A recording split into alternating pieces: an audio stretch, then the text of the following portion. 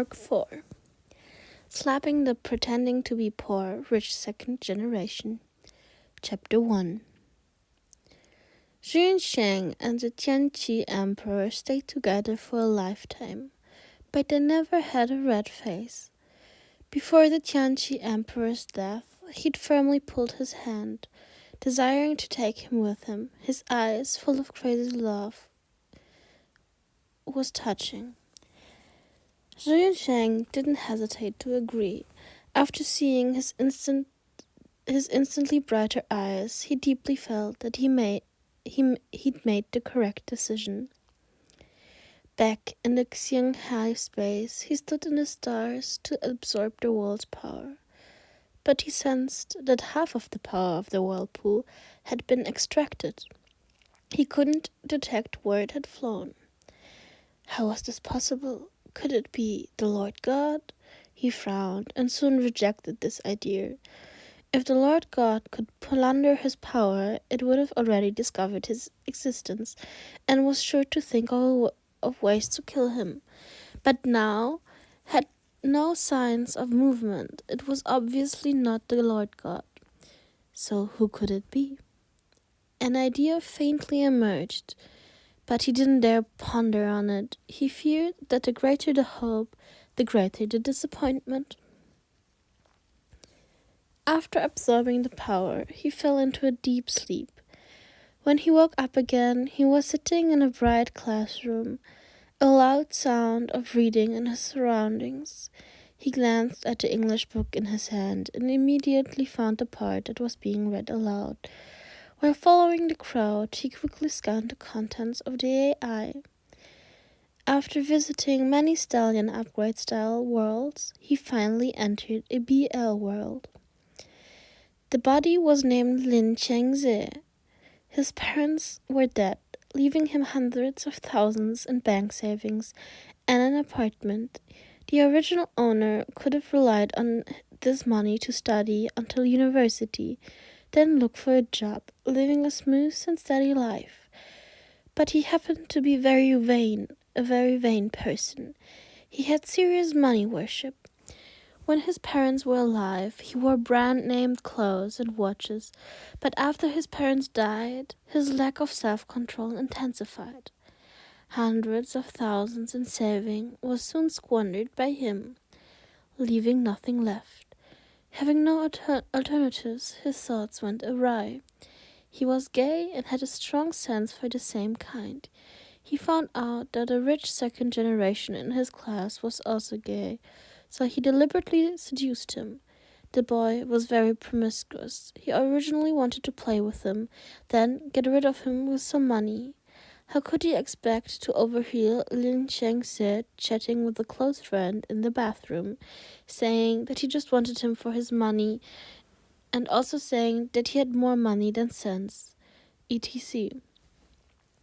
The rich second generation felt humiliated. He wanted to rush in and teach him a lesson, but was stopped by a meddlesome friend.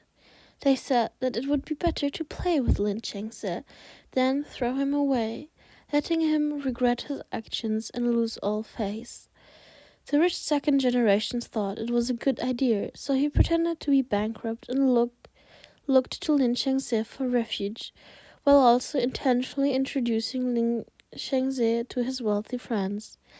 Lin Chengse unknowingly stepped into his trap. Although he didn't break up with the rich second generation, he secretly began seducing his friends and was played with and passed around, photographed in many unsightly situations. If that was the end, then that would have been okay. But in the process, this rich second generation unexpectedly fell in love with Lin Chengse's best friend.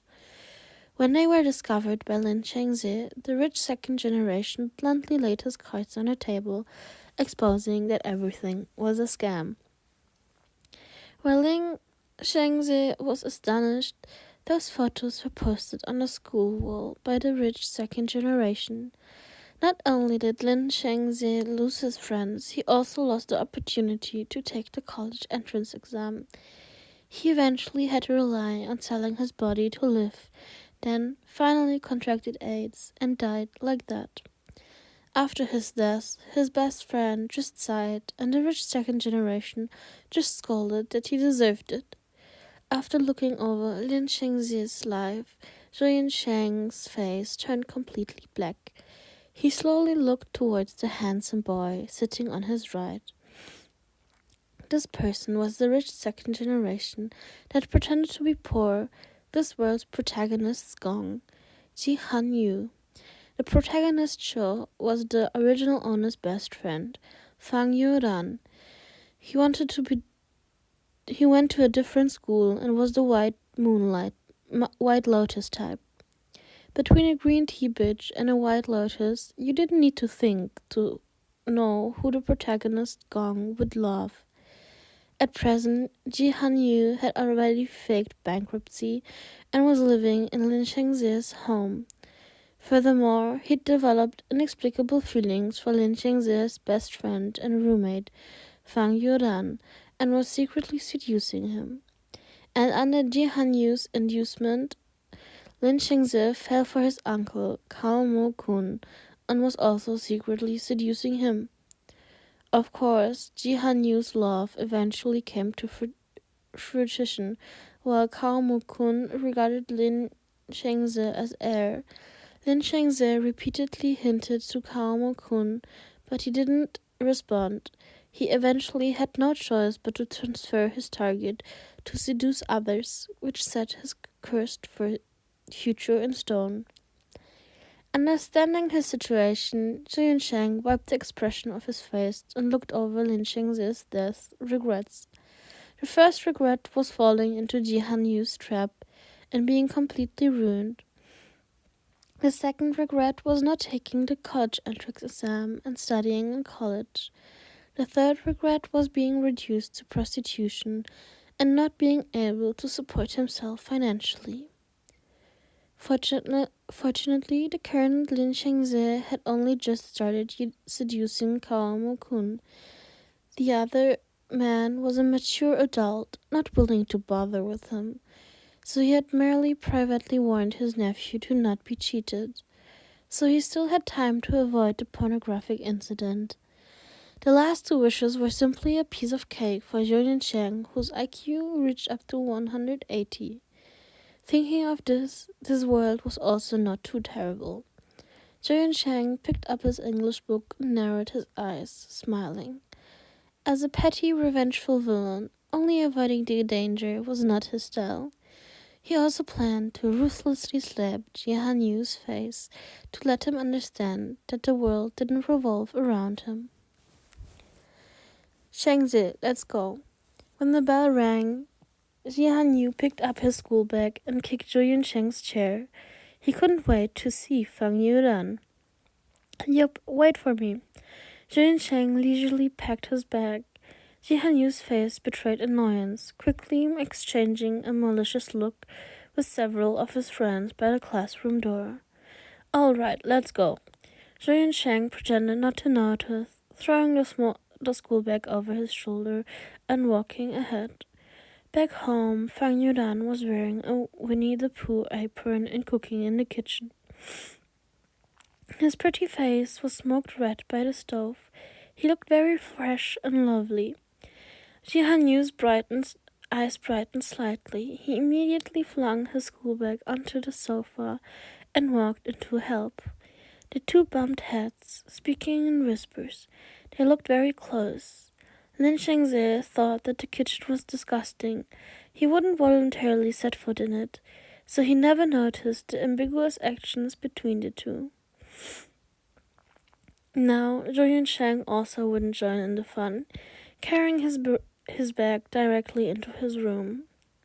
Fang Yuran was an orphan, a typical gentle and virtuous wife. With him at home, everything was spotless. Compared to Lin Shengzi, the indifferent and vain gold digger, Ji Han Yu would naturally fall in love with Fang Yuran. At this point, the two have shared their first kiss. Although Ji Han Yu forced it on Fang Yuran, Ji Han Yu's story about his family being on the verge of bankruptcy was also true because his father had offended Cao Mo Kun, so the Kao group was putting pressure on them. Kao-mu-kun was known as the Great White Shark in the business world. Regardless of if it was small fish or shrimp, anyone who entered his mouth was chewed to bits. Although Ji-Han-Yu's mother was from the Kao family, she was an illegitimate child. Kao-mu-kun had no feelings for her, so of course he wouldn't care if the result of his action destroyed their marriage. But Ji-Han-Yu was clever. He'd curried favor with him from a young age, so Kao-mu-kun still had a bit of affection for him. He would also occasionally take him out to eat, especially after his family came to the verge of bankruptcy. Lin Shengze took a fancy to Kao-mu-kun after being invited to one of these dinners. Actually, the family's bankruptcy didn't greatly impact Ji-Han-Yu. He was extremely smart. Under his uncle's training, he had already established his own company, and the profits were very good. Ji's father kept a group of mistresses who gave birth to a football team of illegitimate children. He was looking forward to Ji's father's bankruptcy, to devastate the mistresses and illegitimate children. Now, he was happily watching Ji's father break under the pressure and even had the move to court, where was that poverty-stricken person Lin Jingse thought him to be? Zhou Yunsheng casually threw his school bag on the bed and went into the bedroom to examine his body. No wonder Lin Shengze later became the club's #1 callboy. He had always lived in luxury, so his appearance was really worth of being called gorgeous. White, lustrous, jade-like skin, slender eyebrows, straight and tall nose, bright red lips, plus a pair of clear, watery peach blossom eyes. Now the frivolous expression in his eyes was gone and only cunning intelligence remained, requiring only one look to steal a person's 3 immortal souls and 7 mortal forms. Blame him for knowing that he looked outstanding, thinking that any mistake he made would be forgiven. Because of this, he actually indulgently still too naive. He acted indulgently, still too naive. Zhou Yunsheng attached great importance to good looks, so he was naturally very satisfied with the original owner's features. He quickly bathed, then opened the computer to play games. He was in Dazhou for decades and had almost forgotten the touch of a keyboard. After playing for about half an hour, Fang Yunan shouted outside the door, "Shengze, supper time!" Jun Sheng shouted an acknowledgement, then decided to check Shengze's bank account before shutting off the device. His face immediately turned green. There was only $200 left in the account. No wonder he was so desperate to leave Ji-Han-Yu and find a new sugar daddy. It was like this. If it was like this, self-reliance was the first regret he was going to have to resolve. Although he just had to move his fingertips to hack into the bank treasury, this was not self-reliance, it was a crime. Lin Shengze had already gone wrong once. He couldn't go wrong a second time. Plus, as a qualified pretender, he preferred using the original owner's skills to make a living. This not only suited his tastes, it also increased his survival skills. Whenever he played the villain, he would seriously study and improve on all of the body's skills, until he was better than the original. Of course, in cases like Chen Yibin, where he had no talent and was forced into a dead end, he could only improvise. What were Lin Shengze's skills? Thinking about it, it seemed that his extreme attractiveness was the only feature. Zhou Yunsheng squinted. He felt that in this lookism-focused world, having his features was already enough. While he was thinking about his future plans, he walked into the dining room and saw Ji-Han-Yu helping Fang Yudan serve food, reminding the other boy to be careful not to burn his hands. "Dig in." Zhou Yunsheng sat down and tapped his fingers on the tabletop. His high arrogance leaked for a brief moment, then quickly disappeared. Ji Hanyu and Fang Yudan didn't notice, passing food to each other. "When are you going home? Your mother must be very sad, right? You haven't gone back to check on her," Jun Sheng asked, seemingly indifferently. "She doesn't need me to check on her. She already ran away with a new man." Ji Hanyu sneered. Fang Yudan looked at him distressed. Jun Sheng clipped a piece of tofu and continued. "Then, what are you going to do?" "Continuing pursuing my darling and playing you along the way." Ji Hanyu sneered in his heart, but his face exposed an embarrassed expression. He sighed. "I plan to work while studying. A while ago, Wang Ji asked me to open a factory with him, but I don't have the capital." "How much do you need? I can lend it to you. I've saved up a little money from work," Fang Yudan immediately asked. Ji Hanyu smiled, not a fake smile, but a smile from the heart. "How can I take your money? I need about 300,000. You can't get that much, even if you sell yourself. It'd be better to use your money to buy yourself a few down jackets. It's winter, but you only wear 2 sweaters and a light coat. Aren't you afraid of the cold?" Fang Yudan's nature was thrifty and kind-hearted. Even though he was poor, he unreservedly offered to help others. These qualities really tempted Ji Hanyu, in contrast to Lin Shengxie, who was burying his head in his food, pretending to hear nothing. The superior one was immediately apparent.